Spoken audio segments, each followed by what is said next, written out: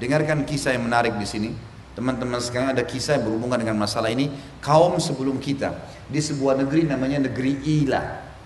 Negeri Ila ini di wilayah Palestina. Sekarang direbut oleh Israel tentunya dan masuk wilayah Israel. Dulu memang orang yang tinggal situ Bani Israel, pengikutnya Nabi Musa alaihissalam. Dikenal dengan Ashabus Sabt. Ya, orang-orang yang melanggar peraturan hari Sabtu. Kan Nabi Muhammad SAW mengatakan dalam hadis, teman-teman sekalian, Nasrani, Yahudi memilih Sabtu sebagai hari raya mereka, Nasrani hari Ahad, dan aku diberikan hidayah untuk memilih hari Jumat, gitu kan? Jadi ini masing-masing hari raya dari 3 agama profetis atau samawiyah ini. Yahudi di hari Sabtu dalam hukum Taurat mereka nggak boleh melakukan kegiatan apapun. Tidak boleh mancing, tidak boleh beraktivitas bisnis, nggak boleh berperang di hari Sabtu. Ada hukum-hukum, mereka nggak boleh. Kebetulan penduduk negeri Ila ini tinggal pas di pesisir pantai. Kalau teman-teman nanti satu waktu mungkin umroh plus Aqsa, biasanya mampir di Yordania. Salah satu program travel kalau saya kemarin untuk sana itu ngelewatin Laut Merah, itu ada perbatasan 4 negara.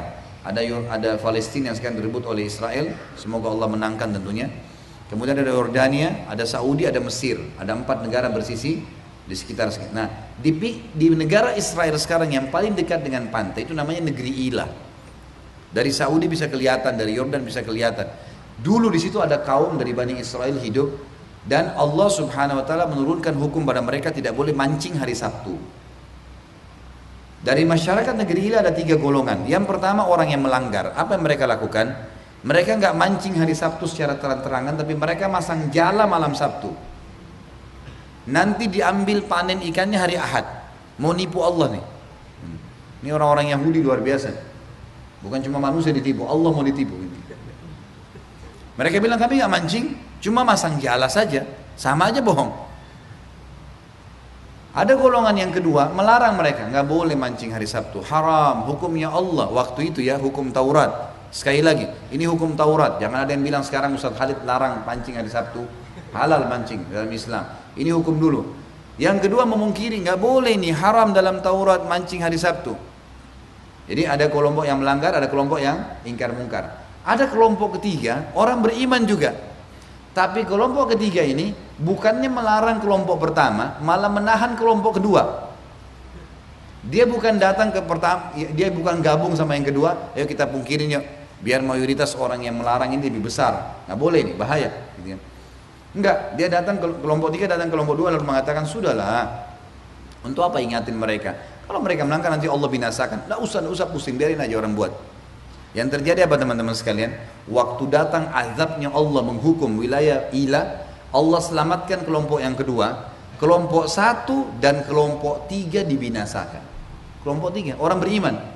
Karena tidak ingkar mungkar, malah melarang orang yang ingkar mungkar, maka mereka dibinasakan sama Allah SWT. Ini bukan cerita karangan ya.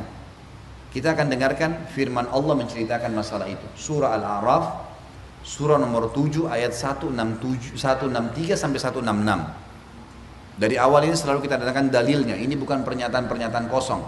Al-Quran dan Sunnah yang menyampaikan kepada kita wahyu.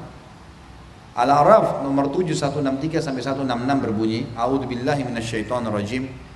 Waktu orang-orang Yahudi memungkiri risalah Nabi Muhammad SAW, maka Allah menyuruh Nabi Muhammad SAW sebutkan ayat ini. Was'alhum 'anil qaryati allati kanat hadiratal bahr idh ya'duna fis sabt idh ta'tihim hitanuhum yawma sabtihim syur'a wa yawma la yasbituna la ta'tihim kadzalika nabluhum bima kanu yafsukun. Tanya kepada mereka hai Muhammad, orang-orang Yahudi itu, tentang negeri Ilah tadi yang berada di pinggir lautan. Karena mereka bilang Nabi Muhammad SAW risalahnya bohong, nggak benar nih Muhammad ngarang-ngarang. Al-Quran itu dicaplok-caplok ayat dari Injil dan Taurat lalu jadi Al-Quran. Allah Subhanahu Wa Taala membongkar kepada mereka bukti kalau Muhammad SAW salah satunya adalah Nabi, adalah mengetahui kisah tentang negeri Ilah. Tanyakan kepada mereka tentang penduduk negeri Ilah yang ada di pinggiran lautan. Ingatkah kalian tentang kisahnya yang disebutkan dalam Taurat, bahwasanya di hari Sabtu mereka dilarang memancing, dan pada saat itu ya justru hari Sabtu itu ikan-ikan datang kepada mereka. Allah coba. Hari Sabtu itu dikatakan oleh para ulama tafsir, ikan-ikan besar dari ikan hiu, ikan paus, datang ke pinggir pantai dan berdempetan sama ikan-ikan kecil, tinggal diambil. Gitu caranya. Allah SWT uji mereka. Dilarang dan diuji oleh Allah SWT. Awalnya tidak begitu. Awalnya cuma dilarang mancing hari Sabtu. Setelah mereka melanggar, Allah datangkan cobaan lebih berat. Allah datangkan ikan-ikan itu dengan banyak. Maka yang terjadi teman-teman sekalian, kata Allah, ingatlah pada saat ikan-ikan itu datang memenuhi tempat-tempat mereka, dan selain hari Sabtu ikan itu tidak datang, mereka harus keluar untuk mencarinya. Begitulah kami menguji mereka karena mereka berbuat kefasikan. Wa idh qalat ummatum minhum lima ta'iluna qauman illahu muhlikuhum aw mu'adzibuhum 'adzaban syadida qalu ma'dziratan ila rabbikum wa la'allahum yattaqun. Tadi itu ayat 163, sekarang 164. Allah menceritakan tentang tiga golongan tadi. Ada yang berbuat kemungkaran, ada yang mengingkari, ada yang melarang yang berbuat mungkar. Ini sekarang pembicaraan antara orang yang mengingkar mungkar dengan orang yang melarang orang yang ingkar mungkar. Kelompok kedua dan kelompok ketiga. Ingatlah pada saat umat yang ketiga yang tidak melarang orang buat mungkar, malah menahan orang yang ingkar mungkar, berkata kepada orang yang ingkar mungkar, kenapa kalian harus repot-repot mengingatkan kaum yang nanti juga Allah akan binasakan mereka? Apa alasan kalian? Biarin aja bermaksiat, nggak apa-apa. Kita taat ya kita taat. Ya, malah dia larang orang-orang ini buat kemungkaran. Ini ke masjid sama-sama, ayo Pak sholat, udahlah biarin aja. Mereka nggak mau sholat, dilarang temannya. Enggak, ikut dong lurusin gitu kan. Nah di sini orang-orang yang ingkar mungkar berkata, kami ingin berlepas agar punya alasan di hadapan Tuhan kami hari kiamat, agar kami ini ya selamat. Allah suruh ingkar mungkar, kami ingkar mungkar. Dan siapa tahu mereka bertakwa, mereka mau terima nasihat itu.